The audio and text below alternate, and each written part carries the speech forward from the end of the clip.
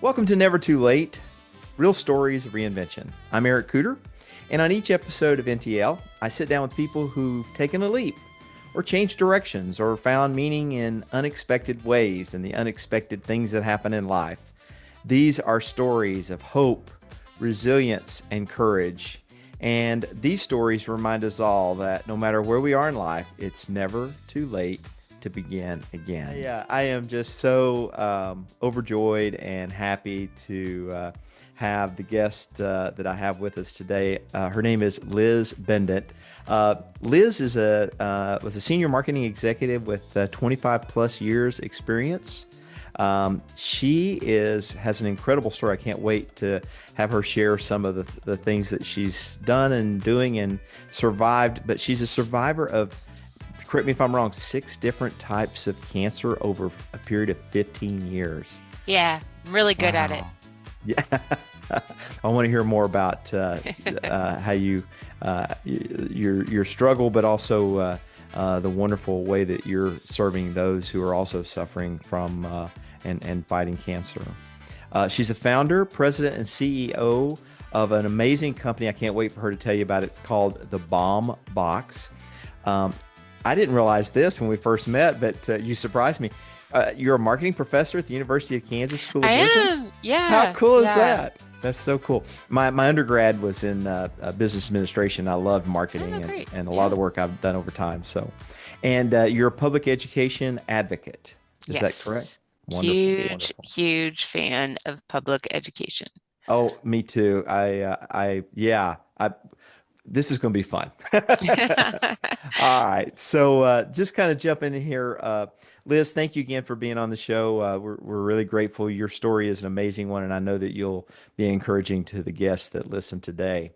I want to talk a little bit about how your life, this idea of reinvention or finding a new path and finding your calling. I always call it a calling that when there's a term that we use to describe a calling sometimes is where the needs of the world and your greatest gift tend to meet. That's where you kind of find your calling sometimes. And so, Liz, tell me, if you would, a little bit about maybe your early career. Who were the influencers in your life? How did you kind of get down the path of marketing? And we'll start there if you're okay with that. Sure. Yeah. So, okay. So I moved around a lot as a kid. I had an upbringing that people say, were you an army brat? No, but I had my dad is really unique. He has his undergraduate degrees in mechanical engineering, and then he got his MBA at USC, where I did as well. And he had this, he developed over time this as part of his career to go into underperforming manufacturing facilities, fix them, and then get bored and want to go to the next one. Because running one that he fixed wasn't nearly as much fun and interesting to him as like going to something and fixing it, right?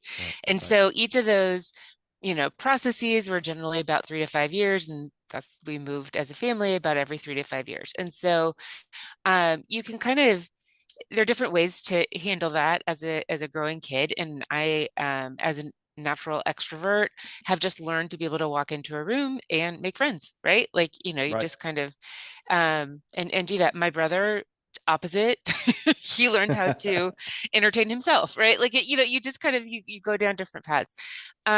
So when I went to Boston University undergrad, got my Bachelor of Science in Communications. And I, at the time, was really playing around with this idea of something in either journalism or film and TV. I was kind of balancing this idea of whether I wanted to, report on stories or write stories, right? And I ultimately kind of went down the more creative path, deciding I wanted to be kind of a storyteller, which really aligns, right, with all of my, interests and extroversion, and I love pop art. I am a big reader, all of those, love movies, right? So all those things. So, and one of my professors at Boston University was Steve Sklow, and Steve was recruited by Disney to help start and set up a program called the Disney Institute. And like, I'm Oh, going to yeah. totally Heard date of it. myself. Okay, so I'm going to date myself. So at the time, Michael Eisner was running um, Disney, and he and his wife had just gone to Chautauqua, and they were like, Chautauqua is amazing. I don't know if anyone's ever heard of Chautauqua. It's just like super bougie, crazy expensive experience, like kind of like an intellectual vacation where like you go to this lovely resort on the East Coast and you get to take, classes in all of these really unique you can take classes on fine art and pottery and Hmm. also attend lectures. And it's like really famous people come and lecture there, Yep. like politicians and, industry titans and whatnot. And so, um, he just had this incredible experience, and he said we can do should talk with the Disney way, and that was the idea is that they would open the Oh, Disney wow. Institute, and you would come and do like Disney-fied activities. And so there was everything from like a big climbing wall to a Disney animation studio to um, uh, culinary arts, and Steve, my uh, professor and then later boss, was in charge of setting up the broadcast studio. And so we created a TV studio and a radio studio and a radio station. Wow. And he needed, a project assistant, like he just needed an assistant manager type person. And I think that he had this idea, and he wasn't wrong, that Disney was a very, um, it's a huge bureaucracy, right? It's a Sure, really sure. Yeah. big political organization. He Right. really wanted someone with their boots on the ground that was young and that would hear things and share them Right. with him, right? So I was his little spy. And which really, I mean, it was kind of our joke, but to be very clear, it was not a spy. Right. But the but I got a great experience, right? In entrepreneurship and like, so as part of like a crew of, I don't know what it was, maybe 200 or 300 of us that like started this Wow. business for Disney. And we ran it for a couple of years, and it was like a total abject failure. Um, Oh, goodness. their target audience, were families with older kids that had outgrown the theme parks, Right. but that, maybe had some affinity for Disney. And I think that in all reality, those families in that income bracket didn't want to go to Orlando for vacation. They wanted to go to somewhere like the Bahamas or somewhere more Right. prestigious. And Right. had they put the Disney, and I still to this day think, had they put the Disney Institute in like, a cooler location than Orlando, like, on an island or on, Right. in Curacao or whatever, that Yeah. it would have succeeded, but it Right. didn't. And Right. so I was reorganized Oh, into a wow. group, youth education services over at MGM Studios, and made a Hmm. lot of friends. It was very weird. I was 22 years old, managing a bunch of college students that were like really my peers, but Right. maybe 2 or 3 years Right. younger than me. But again, great experience, right? Who's going to give me that much management experience? Like I really got invested in. And so as a result of these experiences, I started to come to the conclusion that maybe I didn't want to tell stories anymore, that I was, oh, and actually I should go back when I was at Disney Institute, we started running something called the Disney News Network, which was really fun. And so we would have Hmm. families come in, and different people would be anchors and storytellers, and they would shoot cameras, and then they would come back. And then as the project assistant, I would crank through editing all of whatever they had recorded into Right. little, 2-minute packages. And then the anchors would tell the news, and then there would be a whole news program. And we Wow. thought, wow, wouldn't that be so fun? And it was really fun. But and then people were like, well, hey, can I get a video of this? I want to get a copy of it. This is in the days of VHS, folks. Like, I'm old. And this is in the 90s, and we hadn't even thought of it. And so I had the job to come up with a program and a process to make dupes or duplicate copies of, because you had to physically make duplicate copies of these Sure. tapes that people, we'd made, and then create a process the for people to pay for and pick up their orders at the local gift shop, that was associated with the resort, and so on and so Oh, forth. wow. And so, like, Wow. 21 years old doing this, right? Like, it was great. And Oh my so, gosh. basically, after 2 years of all of these experiences, my dad pulled me aside, and he's like, "Are you really sure you want to go into film and TV? Like, because it seems to me that like really fires you up is the business side of things." And he was Yeah. 100% right. And so I thought, okay, yeah, I don't have that background. I need to get an MBA. And so I applied to grad school, got got into USC, which is on the other side of the country in Right. Los Angeles, and went to USC and earned my MBA. And at the time, it was the dot-com startup time, and Hmm. everyone was, getting really excited about all of these businesses that were going to take over the world. And I got really interested in e-commerce, and really wanted a career in e-commerce at the time. Also, concurrently at the same time, my mother had been diagnosed with breast cancer, and I Oh wanted to be my. closer to her. And at that Hmm. time, they were living in the Kansas City metro. And so Hallmark.com was recruiting, and all of my friends thought I was completely bonkers to leave Los Angeles, where like all the action was, and go Right. live in the flyover country in Kansas. But I wanted to be closer to my mom, and it was Hallmark.com. And I thought, oh, I'm just going to do this for a couple of years. I'll get some great experience, and then I'll come back. Sure. And at Hallmark, I met my husband, at the Good time, move. Good husband to move. be. Yeah. And my mom got better, and I learned to really love. There are lots and lots of things I loved about living in the Midwest. And I had this bonkers opportunity to go be employee number 3 at Bluetooth Wireless Technologies. And I was like, yeah, you know what? I think we're going to stay. And I'm still living in the Kansas City area. Wow. My husband and I have been married math is hard, 23 years. And yeah, we have 2 kids. My daughter is 20. She's a sophomore in college, and my son is a senior in high school now. So, yeah, we are Wow. committed to this community, and my parents have been here the whole time, which has been great. Just, nice for my children to grow up with their grandparents, Sure. in the Sure. same Yeah. area. Um, and it was wonderful for us. Certainly is career people having grandparents that could babysit when children are sick, or the Right.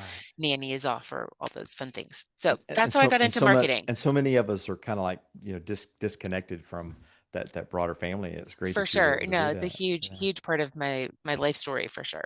So yeah, that's how Nice. I got into that. Was, my career path. So you left Los Angeles, moved to Kansas City. How long were you with Hallmark? Uh, Maybe 3 years, 3 years? about, yeah, not that long. Yeah. Was there something that you moved to after Hallmark?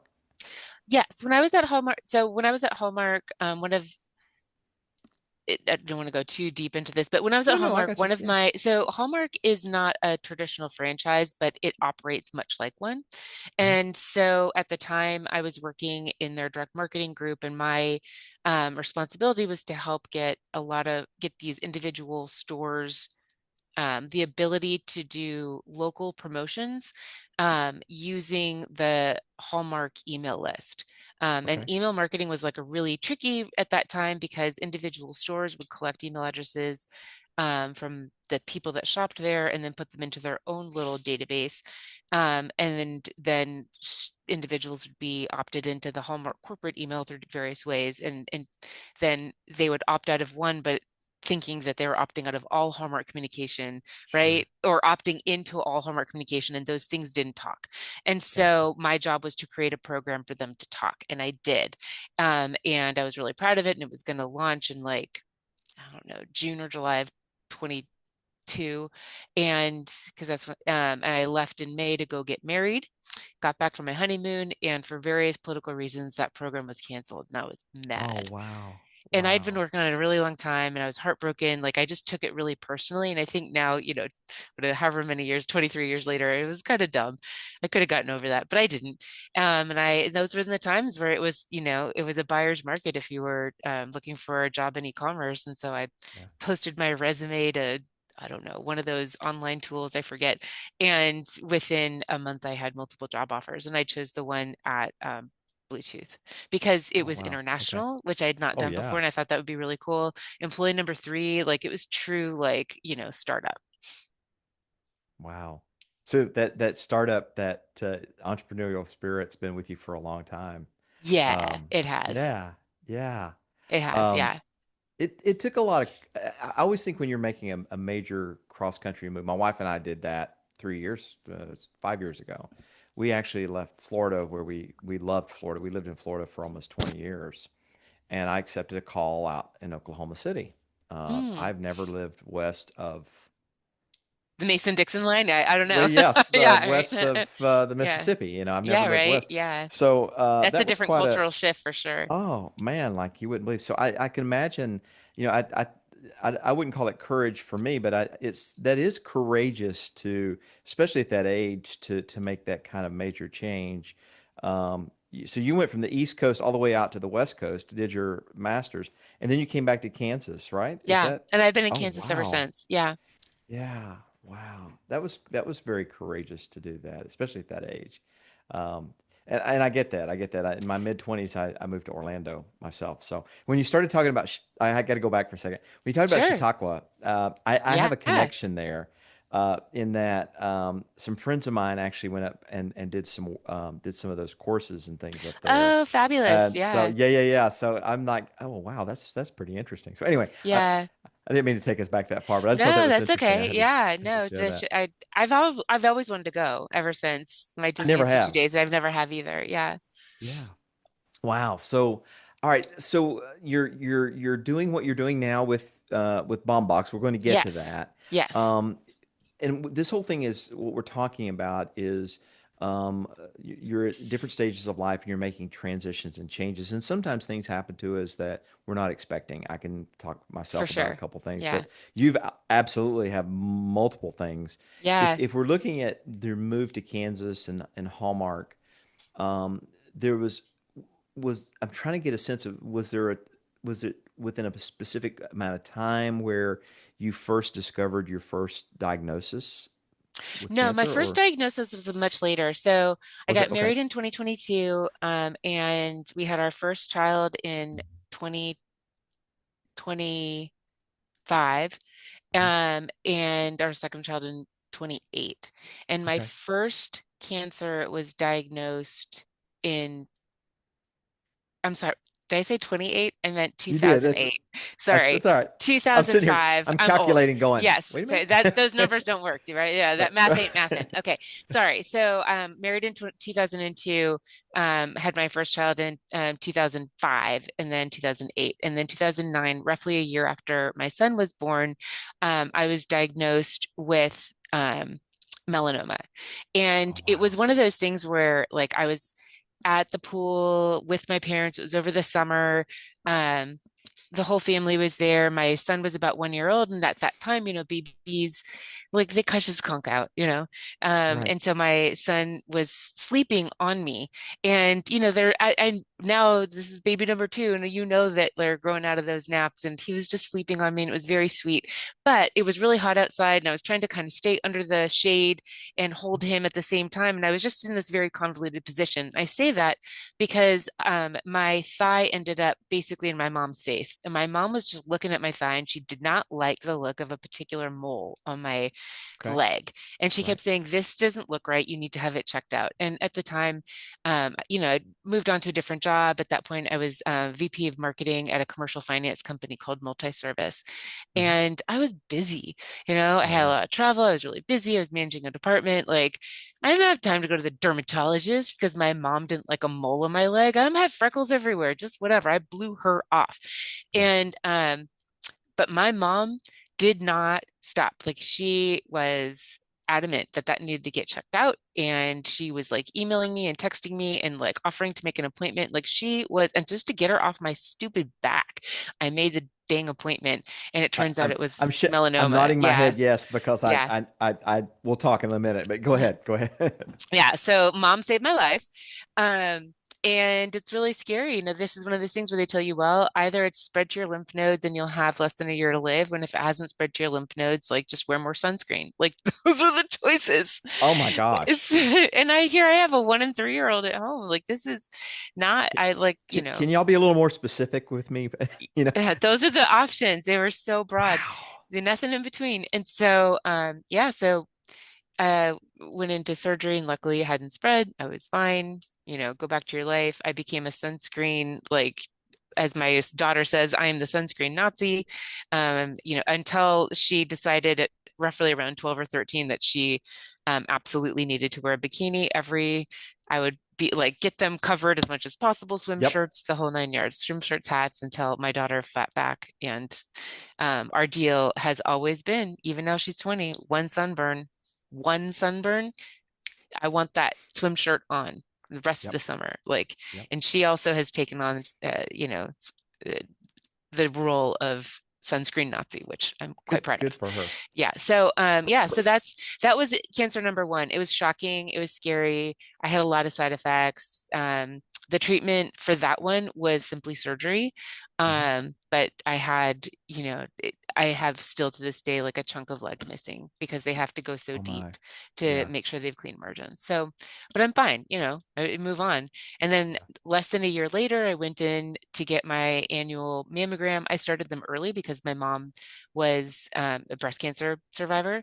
And it turns out that they saw something they didn't like, and I had to have a biopsy. And in getting prepared for the biopsy, the doctor started kind of moving her fingers up my neck, and she found a lump, and she didn't like the feeling of that lump. She said, "This is problematic.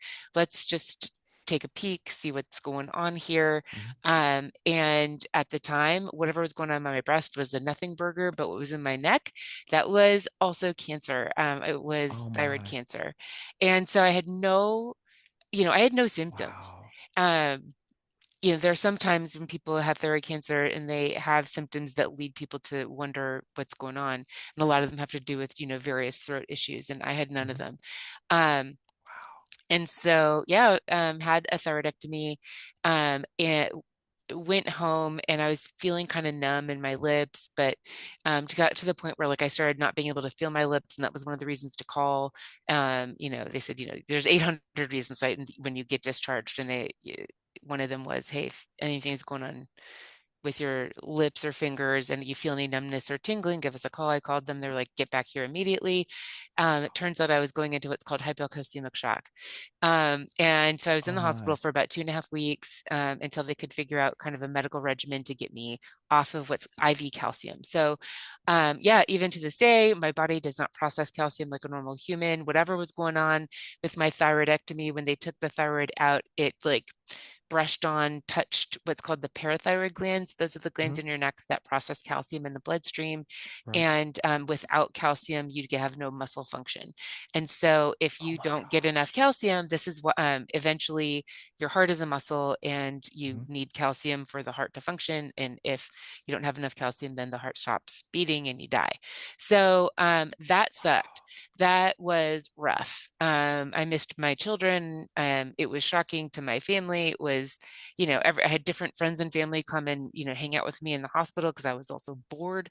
And my body just kept going into shock, and which was also Oh really my goodness. painful, Yeah. until finally, like I said, kind of they found a combination of medicines that could get me off of an IV, which was the whole point. And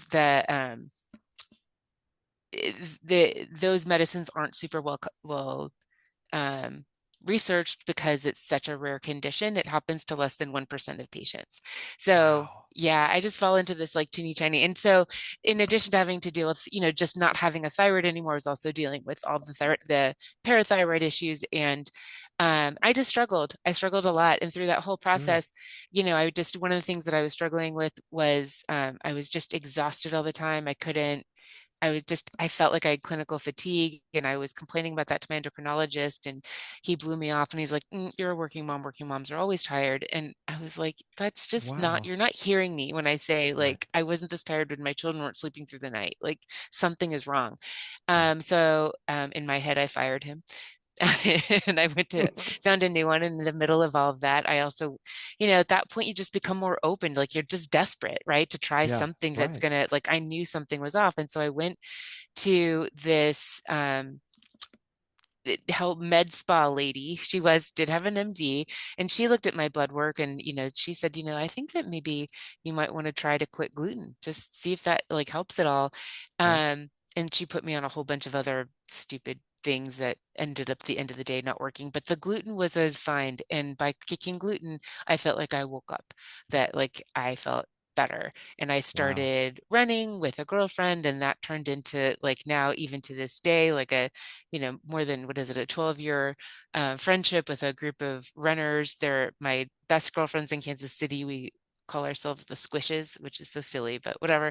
They're my squishes. I love And it. yeah, and so we ran through the pandemic, like, they just, and so what started as let's run a 5K turned into I just ran my second half marathon last Holy year. cow. So Wow. yeah, so W- running has w- been a big part of my life. Yeah. Were you, I, I say this out of naive, I'm a little naive because I can only imagine what you were going through when, especially when you were struggling with the fatigue and everything. Were you trying to work during that time too, or Oh no? yeah, I was working full time. Were you really? Yeah. Oh my gosh. Yeah. Yeah. I can't No. imagine. I can't I imagine. was I was really, yeah, I mean, obviously I was not working when I was in the hospital for 2.5 weeks because Sure. I had my Sure. laptop and I was probably like trying to work, but I don't think I Yeah. was getting a whole lot done. Um, I think I was watching a lot of daytime TV, if I recall. I don't really remember. I don't remember a lot about that. I remember my We did girlfriend we Jennifer bringing me frozen yogurt. Like like you remember like little things, right? Oh yeah, So yeah. yeah. Um, so And yeah, you say that, and those little things that's important. I think that for has a lot to sure. do with your. Yeah. Yeah, yeah. We'll get there. We'll get there. I think that I hear that the little things. Yeah. And my Uh, mom, and again, like going back to, the benefit of living in the same area, like my mom was there all the time. My mom mhm, was there hanging out with me. And at the time, we also had a full-time nanny who was amazing, and she would mhm. bring the kids to come visit because I missed them so badly. And, Sure. so it was, and really like the way that my whole life worked was because I'm so privileged that, we have two working parents and we could afford amazing childcare. And we Mhm. had a full-time nanny who was so flexible and could work these weird hours and drive the kids around. And, I mean, just so many more benefits, right, than when your kids are in daycare, right? Or Sure. certainly more Sure. flexible than when your kids are in daycare. So, It's yeah. almost like the move that you made that took the courage to leave the West Coast to come to Kansas. It was almost like I don't think the Almighty is a grand puppeteer, but in some way you were given an opportunity to be in the right place at the right time when you needed the right place in the right time at the right. What you call the grand spirit. I mean, I have no idea, right? Like it could be, but I also like to think I just call it the moons aligned, right? Like it ended up being what I needed, right? Yeah, exactly. Yeah, And life happens that way sometimes. for sure. Yeah, Whatever for the sure. catalyst may or may not be. No So doubt. yeah, Yeah. yeah.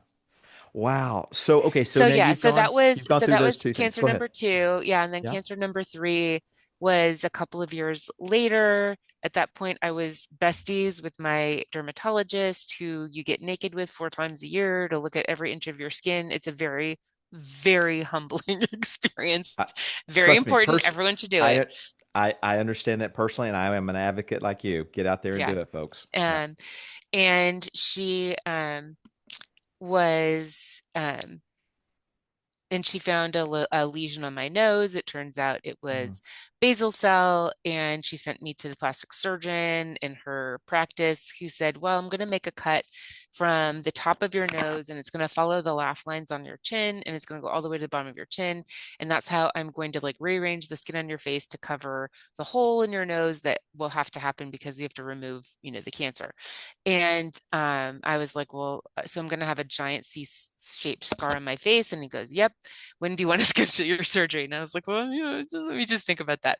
And I ran Wow. the hell out of there. So then, again, you Yeah. just learn to advocate for yourself, right? Because I had learned Yep. that from my all of my thyroid issues. At that point, I was healthy and running. I did it. I think that year I did a triathlon.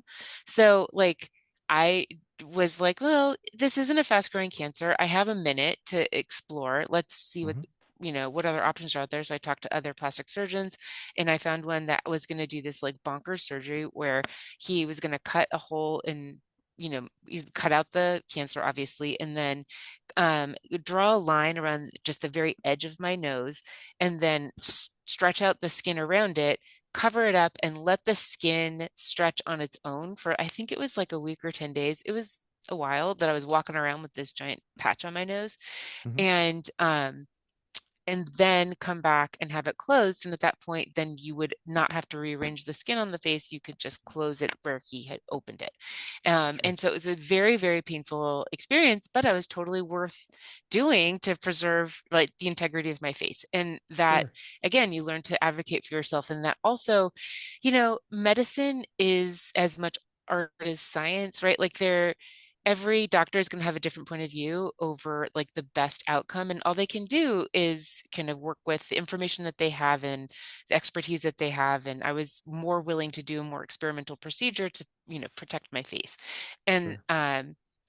again, you just learn, right? So all these things are Yeah. things that you learn as through the way. So then 2017, I had, at that point, going to the um, getting my mammograms twice a year because of my mom's history and also my own history.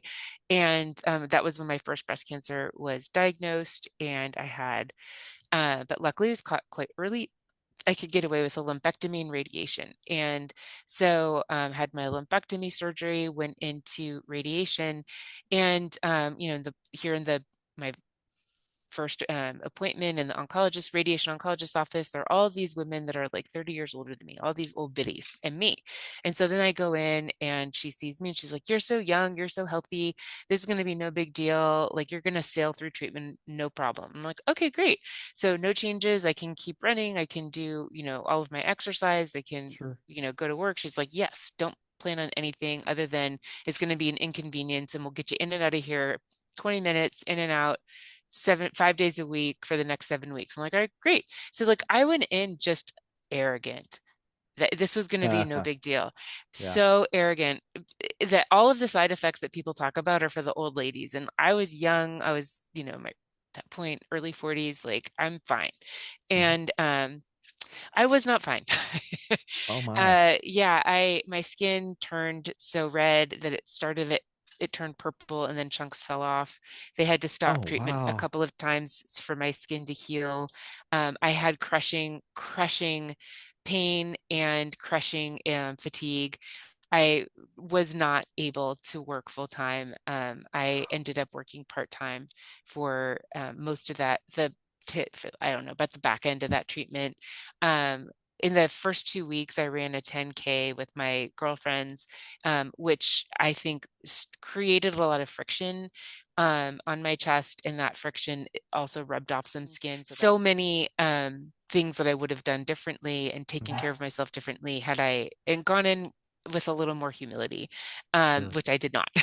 So I was shocked that I was in so much pain. The whole thing sucked. And, but I was done by Thanksgiving and it was Sure. kind of a celebration.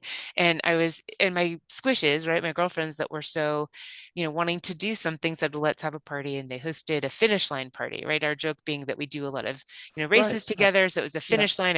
Got to the finish line. It was right around Christmas and it just felt very celebratory.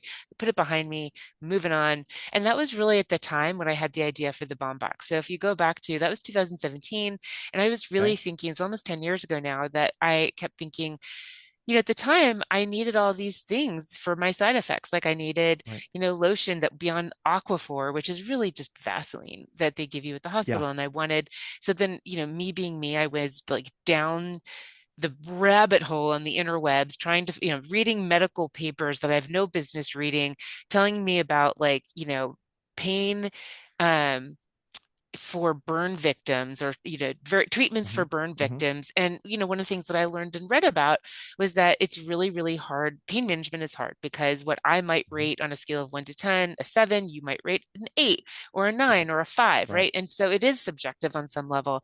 The other thing that I read, which is also really interesting, is that there is a correlation that if you're a redhead, you have lower pain tolerance.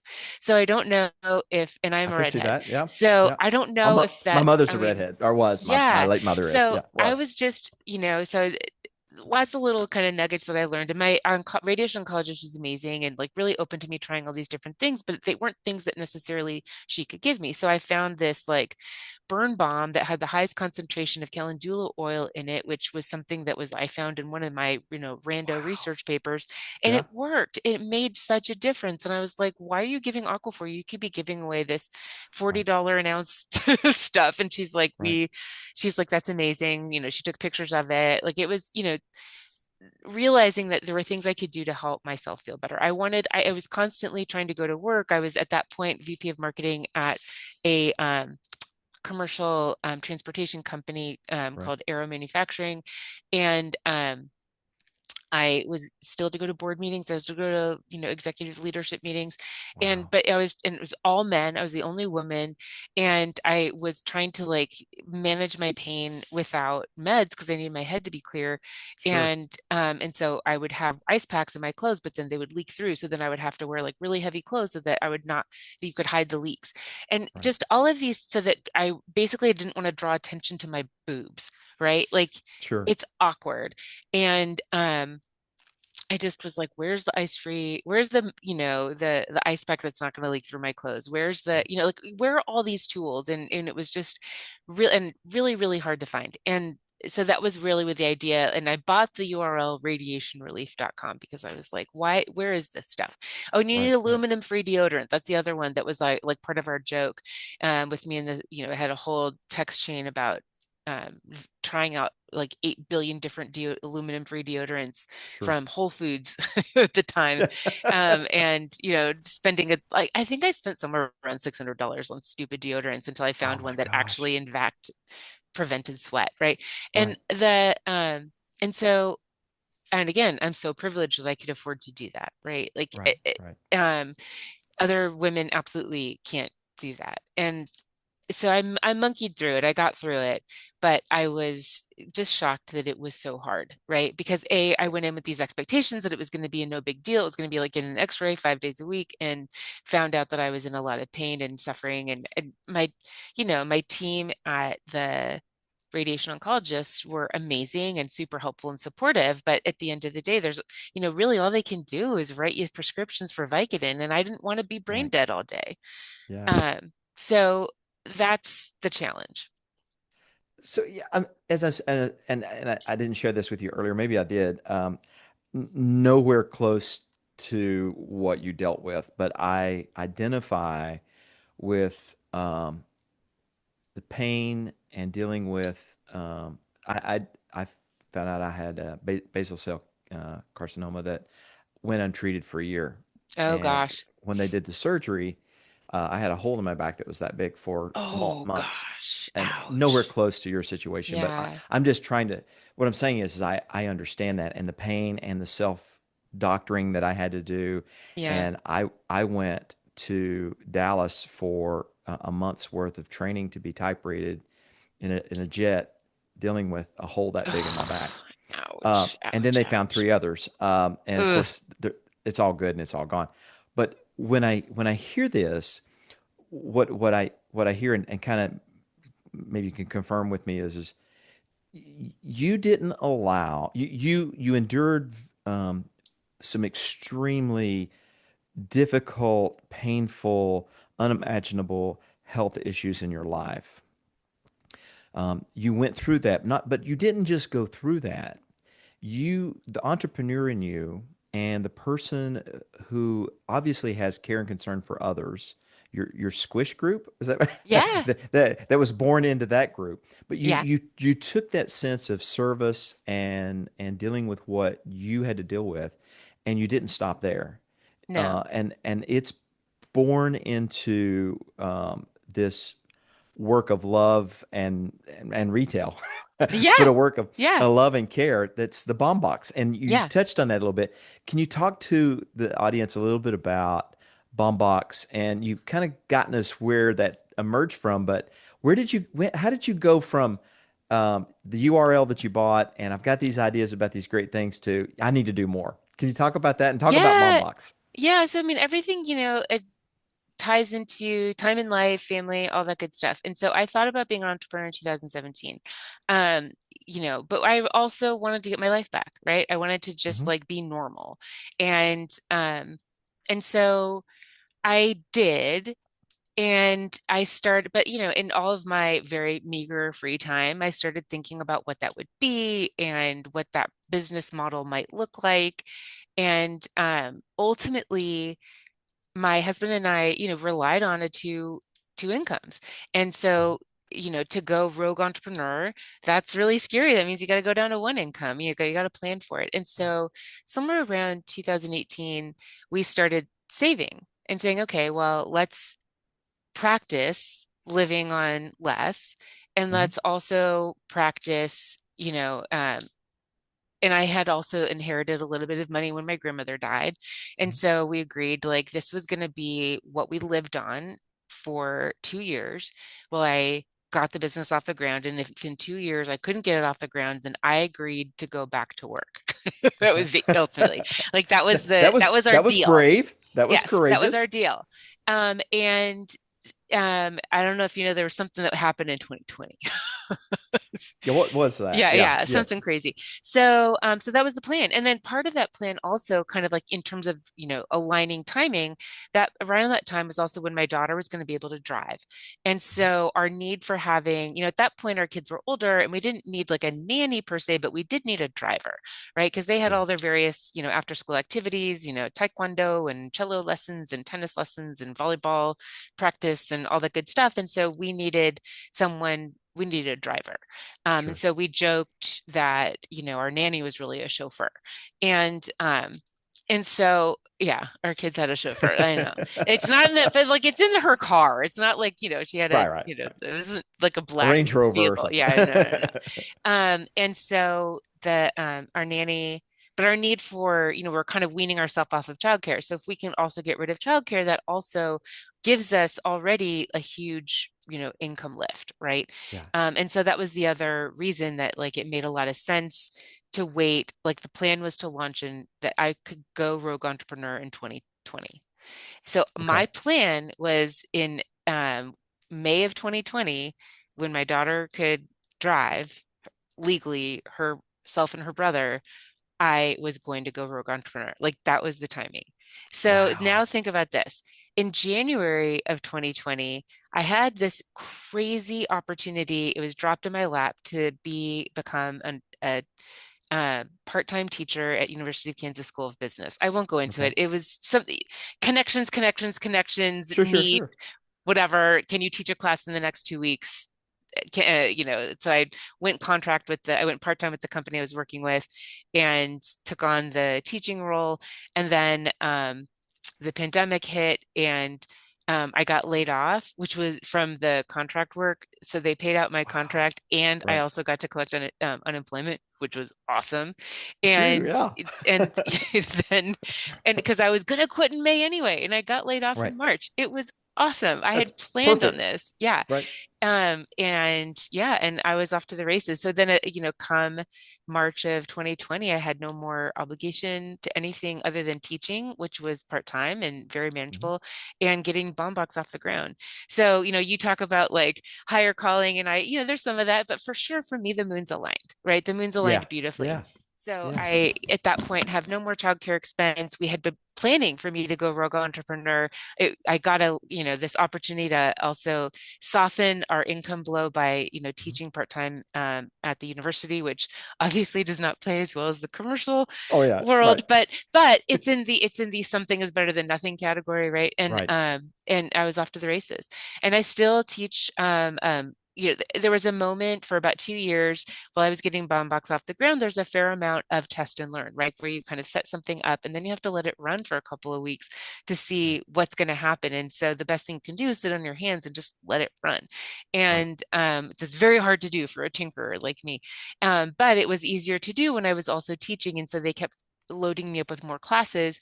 And there was a point where I was actually, I think, officially full time at the university. And Wow. I really never had anticipated being, an adjunct professor or even being, a part-time professor. Um, but it just worked. It worked out. And there was a moment in time where my husband was like, "Are you sure you don't want to just be a professor full time? You're really good at it, and they seem to like you. Like, why not just do that? And then Bombbox can just be, because that was, of course, more, that was safer. And Yeah. Bombbox can just be like, your little side hustle." And I was like, which one was the side hustle was really the question. Oh my And gosh. Yeah, my You're dad. helping me as I listen to this. Yeah, so my dad and I sat down and I was kind of sharing with him because I had been offered more and more classes. And my dad was like, you can do what you want, but you've got a business here. You've learned this, this, and this. We're off to the races. This is not the time to slow down. This is the Right. time to gas up. And so I turned down the opportunity to teach more classes. And so over time, I've been down to one class, which has been great. It's been perfect. In I terms love of it. just kind of giving me a little bit of extra income, and then also just this tiny little piece of if my husband, who has been working at, it was Sprint at the time, which was then merged with T-Mobile. So now he works for Hmm. T-Mobile. So we get all of our health insurance right through T-Mobile. And so if I ever need health insurance, which obviously I cannot be without health insurance, Right. then, Right. and if Dave were to ever get laid off or leave for any reason, then I could get health insurance through the university. So I think that was a little bit Wonderful. of Yeah. that idea. So yeah, that's where the moons aligned, and in 2020, I was off to the Wow. races. Yeah. It's really interesting to hear this. And I wrote down something as we're talking about. Part of the catalyst for me to do this is my own sense of reinventing, which I'm still doing. Sure. We always are, right? We're always Yeah. reinventing. That's what we do. But I heard you say something that the safe move that you had before you uh, was what appeared to be the safe move would be to teach full time, Yeah. and stay with university because you got insurance, you got all the things that you need I in love a it. It's confirmed super salary. fun. My husband was like, "Why are you like if you're enjoying this so much, why is this not a career path?" And it was a Right, fair question for sure. right. Oh, absolutely. But sometimes the safe move is not always the move of your calling. No. It's great if it is, Yeah. but sometimes it's not. And I think that, honestly, I think that's where courage and joy and passion starts to emerge when you leave the safe move for the one that's really the one your heart's being called to. Yeah. Yeah, no, I agree. I mean, I don't Yeah. know. Was it courage or ego? Some combination. I don't Well, know. it takes a lot of ego to be courageous. I'm just saying, Yeah. Okay, there we go. yeah. Yeah. And ego's not a bad thing because No. we all have one. It's like a belly Yeah. button. We all have one. Um, But the reality is, egos can be overinflated or egos can be the thing that drive us to where we're being called to do. So, Yeah, no, and I think my husband is highly risk averse. I am not. So I think that's also a little bit of just, my DNA. yeah.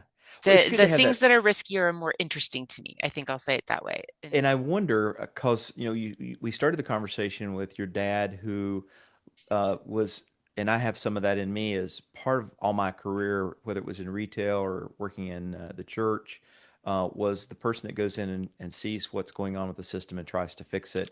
But yeah, I don't like to stay very long. I'm yeah, a fixer. I'm not a manager. yeah. Um, but maybe some of that. Maybe your dad had some influence on you because I heard your Oh, a dad hundred re percent. No, circle back and say, yeah, my dad is, yeah, he's my anchor. I sit yeah, and review on my P&L with him at least, 6 times a year. Like yeah. if I'm challenged with something right now, in fact, there's a product that I'm trying to improve. My dad is tinkering with it. Like he's in his 80s and he's still, I love it. he- yeah, he's It's all so there cool and, that and he's all there plus, he's all there and a bag of chips. Like I he's love it. absolutely, yeah. It's so cool that that I think all of us at some point have someone in our lives who as we're dealing with reinventing or trying to figure out what the next calling is or what we're being drawn to have someone that says, yeah, this is, I see what you can't see in yourself. You're an entrepreneur. You need to go out there and do that. So, That was my dad. it, Yeah. No, that yeah, was for I sure love my it. dad. Yeah. I love it. I mean, So think about it. He was the one that said, "You're enjoying all of this stuff at Disney that's business related, not creative. Are you oh, that's right. I sure that forgot you want about to be?" that. Yeah. Yeah, no, he was the one. Yeah. He's been my North Star my entire career. Wow. That is so cool. That is a common theme I hear in every one of these conversations I'm having is there's someone, and I think that's what a coach is, and I think that's what a teacher. Yeah, You're a yeah, teacher. I'm a yeah, teacher of flight, yeah. teach people. But we see things in people they can't see in themselves, and part of the gift of being a teacher or a coach or even a manager of people is to help others to see the gifts that they can't seem to unwrap. And I think that the challenges that you faced, the challenges of and the health battles that you fought through cancer is that encouragement to say, I've been there, I know what it's like. If you're dealing with this, I'm a person that I can empathize. It's through empathy and understanding that we can actually encourage others to Yeah, deal with no, whatever they're dealing absolutely, with. for sure. And I think your company, I've actually got it up here on one of my screens. Yeah, I'm sitting here looking at Balm Box right now, and I'm going to make sure that we have links to that in the show notes. And even if you have a family member or you're suffering with some form of cancer or you're recovering from cancer, I'd really encourage you to go out and check out Balm Box and check out what Liz and her company is doing because thank she's you. bringing she's bringing comfort and healing to people that are suffering and fighting this battle right now. Anything else you'd like to say about Bomb Box and the work that you're doing now, and anything Yeah, that's kind of yeah, on the so forefront? I had this idea in the back of my head, and then the pandemic hit, and one of the things, being in marketing my entire career is, you want to get customer feedback. You want to get, validation that isn't just me, right? Like I don't want to build a business based on my personal point of view.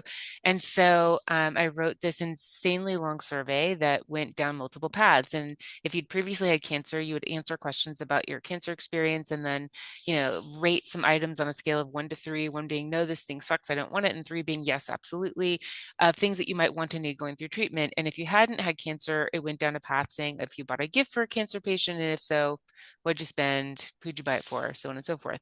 And then I sent it to everyone who'd ever emailed me ever, like including Price Dropper and Old Navy, right? Hmm. Just Wow. everyone got it. And I asked at the end of the survey, I said, hey, help a sister out. If you could share this, that would be great. And this was in that very specific time during the pandemic when we were all during the stay-at-home orders, highly online, kind of bored, not a lot to do. And the survey went viral and collected almost 600 responses, which was Oh my amazing. goodness. Yeah, with no Yes. incentive. It wasn't like a chance to win $10, like nothing, like Right. just help a girl out, right? And I got such incredible feedback. And so when you ask cancer patients things that you want to need going through treatment, consistently, the best performing items were all functional: lip balm, lotion, ice packs, fleece blankets. And the things got the lowest scores, like the ones across the board, were all what I would call inspirational. So things like kicking cancer tote bags, kicking cancer coffee mugs, worry stones, inspirational poetry. And then Right. when you ask people, are you have you bought a gift for a cancer patient in the past 18 months? Almost over 70% had said yes. That's a huge Wow. market. And Yeah. then what are you buying? It's mostly food, flowers, and trinkets. And I was Yeah. like, wow, there's this huge disconnect between what people want and need and what they're actually getting. And so that was the inspiration behind Bomb Box, was not just where's radiation relief. This is a bigger issue, right? This is a Yeah. bigger idea than radiation. This is all forms of cancer treatment, everything from, your chemo to surgery, mastectomy in particular. And so, yeah, so that was the logic behind the Bomb Box, was developing the product line based on that research. And I, to this day, still go back to that research if I have a question or I have an idea. And if the data tells me, I really try to follow the data Sure. when it comes to product development, especially when I, now get lots and lots and lots of product recommendations from folks. And especially, for example, get like um, authors will reach out and be like, I wrote this book about my experience with cancer, and it's, a very emotional, heartfelt book. And I'm like, I'm sure it's Right. great, but this is not what I'm putting Right. in our I boxes. It was not, things like that did not test well. They don't make sense for us. I think it's great, good for you, but that's not for people in the middle of treatment. That's not really when I think you are ready to read that. When you're in the middle of treatment, you want to watch Weekend at Bernie's. Like that is what your right. brain can handle. Right. Right. It's not, this not a heavy hardcore hardcover book. So yeah, Now, that was the logic behind the Bomb Box. And then while running it, I had 2 more cancers. One was a more invasive breast cancer on the opposite breast, which I ended oh up my having to have a goodness. mastectomy. And then about a year and a half ago, I had another melanoma on my calf. And what sucked Wow. about that is that I was training for a half marathon, and I kind Oh of no. missed the window on that particular half marathon, but it was fine. I just meant I had got to run in a different time and practice Li- in winter instead of summer. So Liz, you're amazing. I tell you, my goodness, I'm not amazing. You well, work with the cards you've been given. That what you do, but a lot of people don't. A lot of people they give up, and you haven't. And No, not only have you not given up for your family and for you, but you've taken the struggle and you've turned it into a gift for others. And I think Bomb Box and the fact that it's a gift is more than you're giving gifts. It is a gift to people that are struggling. And I just thank you. praise you for that. You're just Thank amazing. you. You Thank you. very Well, much are.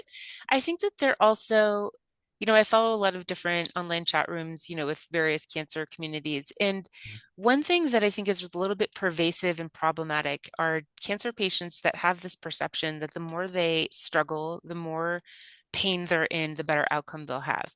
Mm. And it's a very screwed up mentality. It But is. I Yeah. see that a lot. Yeah. And that's really what I am like my message, right, to anyone, whether you buy a bump box or not, is, there's no extra points for suffering, right? Like there's Right. none. Like, and in fact, there's really good data that patients that have the best attitudes, that feel empowered, that take care of themselves beyond just taking gob tons of meds. Which, by the way, 100%, I'm here for it. Like, I'm not Yeah. Yeah. suggesting in any way, shape, or form No. that No. a No. coffee No. No. enema is going to cure your cancer. Right. But that, but I am going to say that there's really interesting research on on how like humor can actually improve your outcomes, right? Like Yeah. it's really, really interesting. Like our bodies are complex, Hmm. um and I do think that the more we can do to encourage patients to see, to give them empowerment, right? Hmm. Here's a box and it's got some essential oils and it's got an ice pack that won't leak through your clothes and some ginger mints and some lip balm and some phenomenal lotion. And like these are things that are not going to cure your cancer, but they're going to make that treatment, that surgery just a little less miserable. Like you're Absolutely. empowered. Like, okay, this is great. Maybe Hmm. instead of taking a Vicodin every 4 hours, now I can take it every five, right? Like I can stretch it. And I think you and I talked about this when we first met, that there are studies out, and I think Mayo Clinic did a study Hmm. on health outcomes for people who are dealing not only with the physical healing, but they're dealing with the spiritual, the emotional, For sure. and Yeah. yeah, and what you're doing Attitude is has everything to do. Yeah. absolutely, So yeah, what and wherever you get it, right? So for me, it was empowerment. Like I think one of the things that is the worst about being a cancer patient is feeling like you're just, I don't know, especially when you have breast cancer and like everyone and their brother is feeling your boobs and you just have you give up all privacy and it's, you know, yeah, I imagine colorectal patients probably feel the same way, like having to like drop trial for everybody. Like, I mean, it sucks.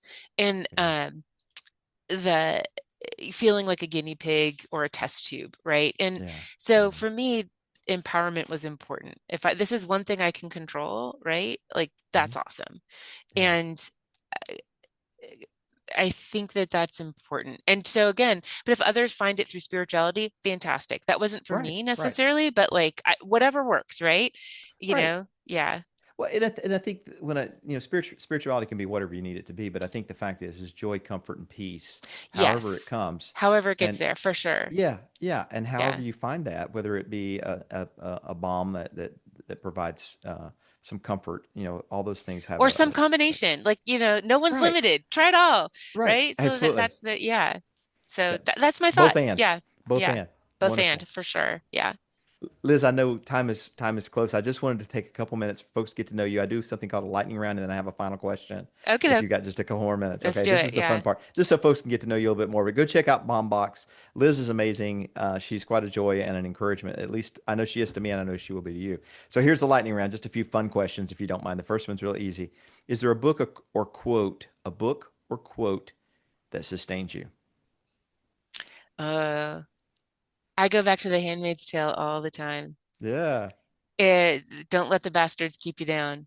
Ah, good one. I love it. I love it. That's a great book. Yeah. We'll talk more about that later. Yeah. Is there a small joy that grounds you? Oh, coffee every morning. Oh If I have my yeah, coffee, everything is right with the world. Skipping coffee, misery. whole bean coffee, good water, really good coffee. That's me. I'm Yeah, with you. yeah, yeah. I think I know who this is, but I'm going to ask anyway. A person who helped you through the hardest moments. Maybe I I don't know who mean, it it's a is. three-way tie. There you It's go. a Who are three-way they? tie. Okay, so Yeah, my husband, who's yeah, amazing, right? I am grateful every day that he and I are the life partners that we are to each other, because he has been nothing but supportive of my decisions, and me and our family, all of that. So my Yeah. husband, my mom is amazing, stalwart. Wonderful. She's the one that I have memories of her sitting in the hospital with me, hanging out, watching HGTV. And my dad, obviously, he's Yeah. my North Star, especially when it comes to business outcomes. And he's still also, very invested in my emotional well-being, right? So yeah, it's a combination for sure. That's wonderful. I thought he would file in there somewhere. Yeah, oh I'm yeah, glad. of Thank you for course. that. Yeah. The last lightning round question, then I'll give you the final question. Um, what's one thing that your health struggle, your health battles that you fought, um, what has that taught you that you would never trade? Well, I mean, my cancers brought me to my cancers got me to become a entrepreneur, which has been one of the greatest achievements. Like, I'm really proud of that. I'm proud. Yeah. I want to say like only 20% of entrepreneurs last more than 5 years, and I'm still Mhm. standing. Um, I'm really proud of that. I'm proud of the fact Yeah. that, the business is profitable, that we moved out of the garage, right? Like all those things. Really proud of that. And That's I wouldn't have wonderful. had that without cancer.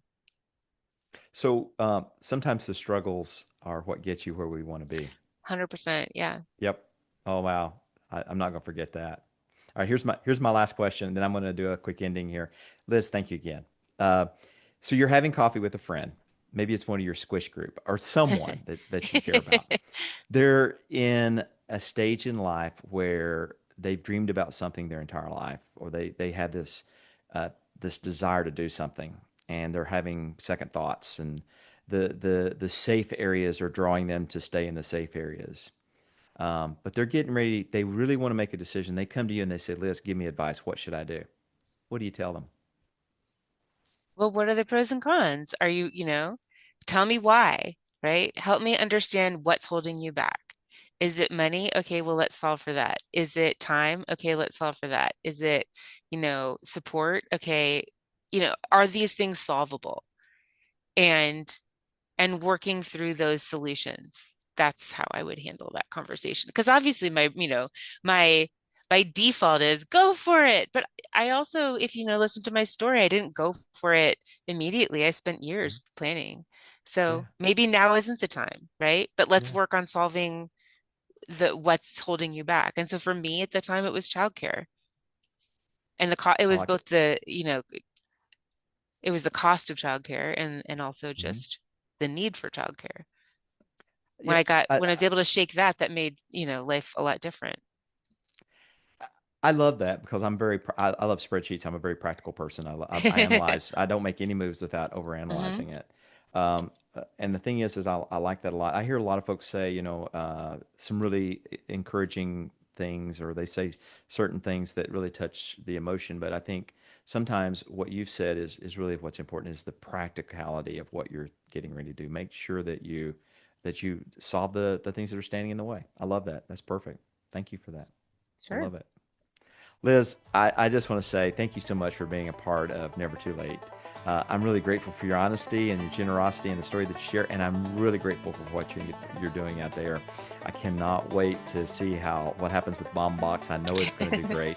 They got Thank someone there you. that's leading the helm. You and your dad and your husband and your mom, they're cheering you along, especially with your kids. So, for those of you who are listening, if you want to learn more about Liz and her work, I'll make sure that there's links shared in the show notes.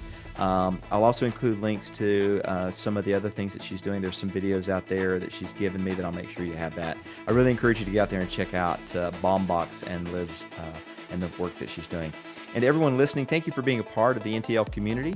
If this conversation resonated with you today, just take a moment and subscribe, leave a comment or review, and share this episode with a friend. I know there's folks out there that Liz's story would be an encouragement. She certainly has encouraged me.